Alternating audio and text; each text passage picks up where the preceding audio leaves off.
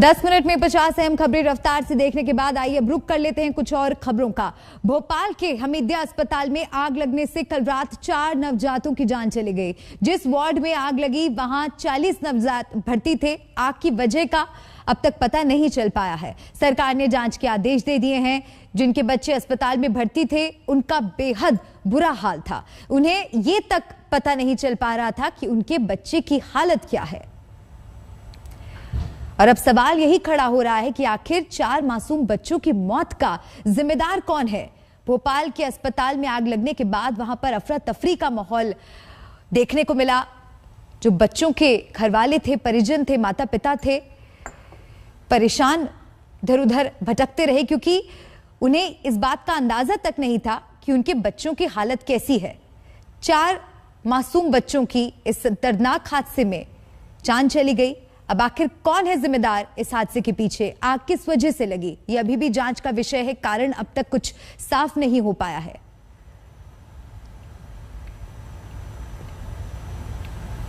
भोपाल के हमीदिया अस्पताल में बीती रात चिल्ड्रंस वार्ड में आग लगी। आग लगने से 4 नवजातों की जान चली गई। को ना अलाउ कर रहे ना दिखा रहे। एक बच्चे को कम से कम उसका तस्वीर दिखा दे, ऊपर से संतुष्टि दे दे ताकि हमें वो हो जाए कि नहीं हमारे बच्चे सुरक्षित है। कम से कम कोई तो सजेशन दे। कोई रीजन नहीं आ रहा है। सरकार कुछ नहीं कर रही है, ना कोई कुछ कर रहा है। किसी का कोई भी वो नहीं है, बस सिवाय दबाव के अलावा। कोई बच्चा था यहाँ पे? हाँ, हमारे है 11 दिन को भर्ती। अच्छा, अंदर आसी में अभी पता चल पा रहा कहाँ है? अब हमने देखो ही नहीं, जाने ही नहीं दे रहे वहाँ, कभी देखो ही नहीं है। 11 दिन हुआ क्या था यहाँ पे, कुछ पता चला? भाई उसमें बहुत सारे, मैं कह रही बहुत सारे तो भी कहीं नर्स से कपड़े जल रहे हैं कहीं और का। हम जा रहे तो हमें धक्का दे के भगा दे। परसों के दिन मिलन दिया था बस। परसों? हाँ, जांच कराने बोलने को अक्सर आके अक्सर बात से नहीं देखा क्या? बस वो मिला ही नहीं दिया साहब। तो कब पता चला यहाँ पे आग लग गई? अरे आग साहब, हम अंदर घुस रहे थे, ऐसा धुआं घुसत में मैडम ने धक्का दे बोल रही उसमें आग लग रही है। वो तो कपड़े में आग लग रही है। बाहर भगा रहा साहब। बच्ची है, 2 दिन की है। आपकी है जी। क्या बता रहे हैं अभी कुछ नहीं मिल रही, कुछ नहीं, जानकारी नहीं मिल रही है अंदर। और चलिए इस खबर पर ज्यादा जानकारी के लिए रुक करते हैं मेरे सहयोगी रवीश पाल सिंह का। हमीदिया अस्पताल के बाहर इस वक्त वो मौजूद हैं। रवीश, वाकई बेहद दर्दनाक है हादसा। 4 नवजातों की इस हादसे में जान चली गई और अब तक कारण भी साफ नहीं हो पाया है कि आग आखिर लगी कैसे।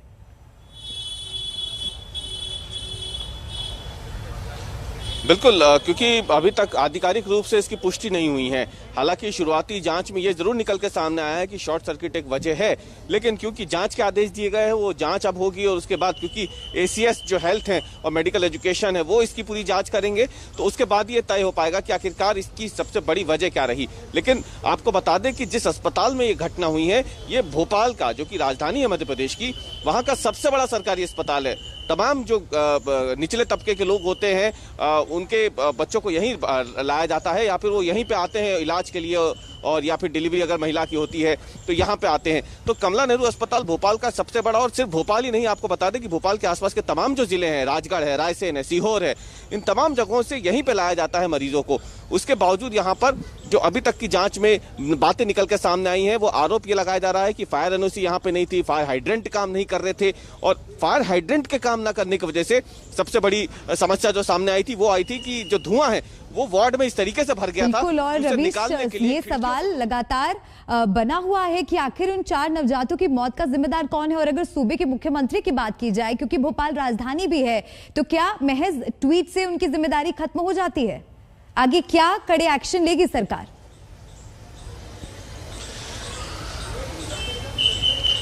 देखिए, सरकार ने अपनी तरफ से बयान जारी कर दिया है और कह दिया है कि इस पूरी घटना की उच्च स्तरीय जांच होगी। मुख्यमंत्री शिवराज सिंह चौहान का इस पूरी घटना के बाद ट्वीट आ गया था। रात को 2:30 बजे तक मुख्यमंत्री निवास से वो लगातार फीडबैक ले रहे थे। जो कलेक्टर हैं, आईजी हैं और मंत्री हैं जिनके विभाग के तहत अस्पताल आता है, बताया जा रहा है कि रात को 2:30 बजे तक उनसे लगातार फीडबैक लिया गया है। जो अस्पताल के डायरेक्टर है उनसे बातचीत हुई है और पूरी घटना की जानकारी मुख्यमंत्री निवास पे मुख्यमंत्री शिवराज सिंह चौहान ने ली है। देर रात तक ये पूरा प्रक्रिया जो है अस्पताल प्रबंधन से जानकारी लेने की मुख्यमंत्री और स्वास्थ्य विभाग के जो बड़े अफसर थे। शुक्रिया रवीश। इस तमाम अपडेट के लिए नजर आप बनाए रखिएगा। आगे भी आपका रुख करेंगे। आगे बढ़ते हैं खबर बिहार से। बिहार में जहरीली शराब से मरने वालों का आंकड़ा लगातार बढ़ रहा है। इस बीच बेतिया में जब जहरीली शराब से हुई मौत की कीमत महज 5,000 रुपए लगाई जा रही है। प्रदेश बीजेपी अध्यक्ष संजय जायसवाल ने मृतक के परिजन को लिफाफे में 5,000 रुपए थमाए तो लोग भड़क गए। गांव वालों के भारी विरोध की वजह से नेताजी को बैरंग लौटना पड़ा। वहीं उनके साथ आए कार्यकर्ताओं पर भी लोगों का गुस्सा फूटा।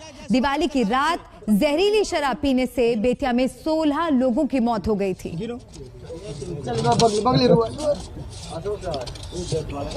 कितना? 5,000। एक जान के कीमत बिहार में 5,000। एक आदमी सांसद महोदय जी के द्वारा जो उनकी यहाँ पर लिफाफा जो उनकी बात देहल गई बटे आखिरकार में देखे के कोशिश कर जाओ कि गरीब आदमी के कितना तक के सरकार के तरफ से मदद भइल बा, एकरा के भी देखे के कोशिश कर जाओ। का नीतीश जी के सरकार में दारू बंद भइला के बाद भी जो उनकी बात गरीब परिवार मरी और लिफाफा में पैसा डाल के गरीब परिवार के दिया जाए।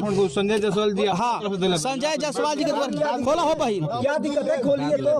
सर आप टॉर्चर ना करें, आप टॉर्चर ना करें, आप टॉर्चर ना करें, खुद सहयोग किए अपने आप। सहयोग बिहार सहयोग कीजिएगा, सहयोग कीजिएगा सर। पैसे गिनो गिनो गिनो उसको गिनो।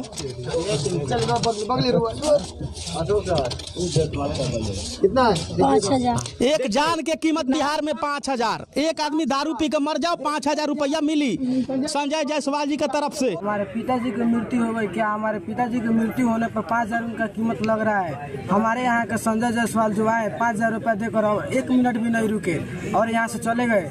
हमारे पिताजी मर गए, हम अब किस तरह रहेंगे, हमारा व्यवसाय किस तरह चलेगा, हम लोग कौन देने वाला है, हम लोग कैसे पढ़ेंगे, कैसे खाएंगे, कैसे अपना जीवन व्यतीत करेंगे।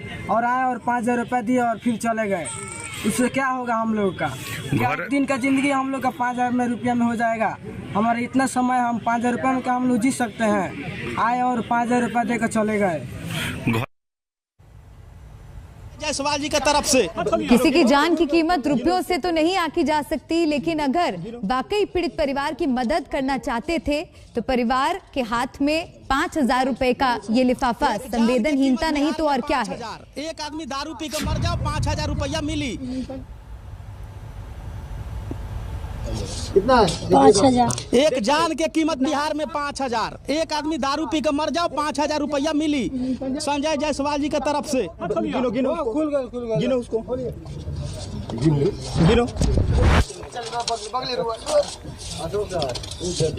गंज के हम मौजूद हैं गोपालगंज के मोहम्मदपुर में, जहां पर जहरीली शराब की से मौतें हुई हैं और कितनी मौतें हुई हैं इसके बारे में खुद यहां के लोगों से जानते हैं। वैसे सरकारी आंकड़ा तो सिर्फ 13 लोगों का है, लेकिन जो लिस्ट बताई जा रही है यहाँ पर वो 20 से ज़्यादा लोगों की मौत यहाँ पर हुई है मोहम्मदपुर में। और मोहम्मदपुर के आसपास के जो 5 किलोमीटर का दायरा है उसमें भी बहुत सारे लोगों की मौत हुई है, जिसकी वजह से पूरा इलाका गमगीन है। यहाँ दिवाली भी नहीं मनाई गई और छठ का जो महापर्व है वो भी यहाँ के लोग नहीं मना पा रहे हैं। इस तरह की जो त्रासदी हुई है इस पूरे इलाके में। हमारे साथ यहाँ के स्थानीय लोग हैं, इनसे बात करते हैं कि आखिर जहरीली शराब आई कहाँ से और इतनी तादाद में लोग मर गए, इसके लिए जिम्मेदार कौन है। हमारे साथ गांव के प्रबुद्ध लोग हैं। अशोक जी, ये बताइए कि ये जहरीली शराब आई कहाँ से और इतने लोग मर गए, इसके लिए कौन जिम्मेदार है?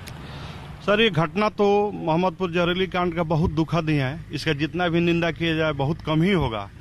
और ये यहाँ प्रशासन की माने नजरअंदाज ही कहा जाए कि यहाँ लोग बराबर खड़ा हो जाए, बराबर दारू यहाँ जो परिजनों द्वारा जो बताया गया है कि बराबर पीते थे। अगर यह निगरानी अगर एक तरह से चूक ही कहा जाए रहता तो आज यह जो इतना साल के महापर्व छठ और दीपावली पर जो घटना हुआ है, जो मनुष्य हमारे गांव के लोग सारे आम जनता लोग हुए हैं, यह घटना नहीं होती। कहीं ना कहीं इसमें प्रशासन की चूक है। और जो भी अभी तक इसमें जो पकड़े गए हैं और जो भी गिरफ्तार हुए हैं, ये सब एक छोटी मछली की तरह है। बड़ी मछलियां अभी ही पकड़ से बाहर है। जहरीली शराब आई कहाँ से और जहरीली शराब जो जिसकी वजह से मौत हुई है? तो जिन परिवारों में लोगों की जान चली गई है जहरीली शराब की वजह से, आखिर जवाबदेही किसकी बनती है, ये बड़ा सवाल है। आगे बढ़ते हैं, अगली खबर का रुख करेंगे।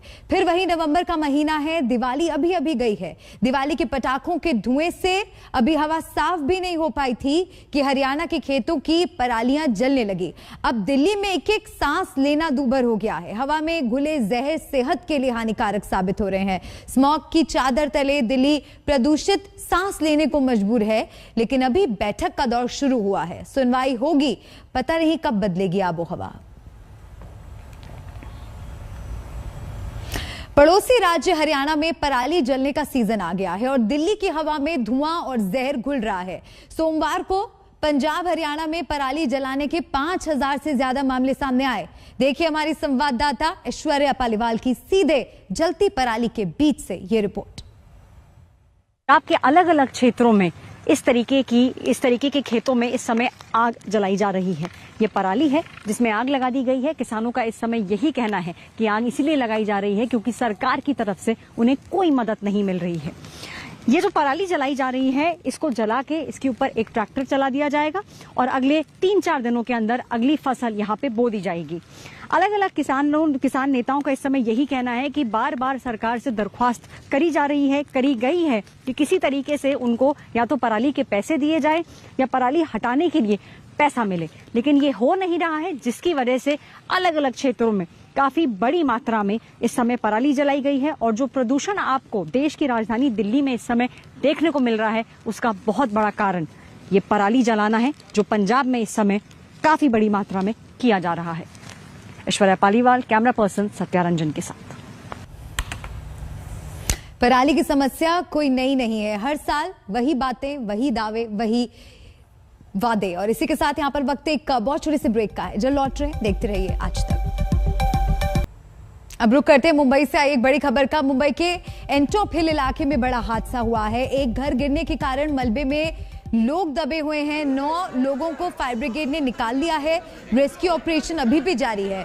फायर ब्रिगेड की 4 गाड़ियां मौके पर इस वक्त मौजूद हैं। तो मुंबई में एक मकान ढह गया है जिसकी वजह से यह हादसा हुआ है। कई लोग अभी भी मलबे में दबे हुए हैं। 9 लोगों को बचाया जा चुका है। अभी भी कुछ लोग फंसे हुए हैं जिन्हें बचाने की कोशिश लगातार जारी है। यहाँ पर रुक रहे एक ब्रेक के लिए। खबरों का सिलसिला लगातार जारी है, देखते रहिए आज तक। जल्द लौट रहे हैं।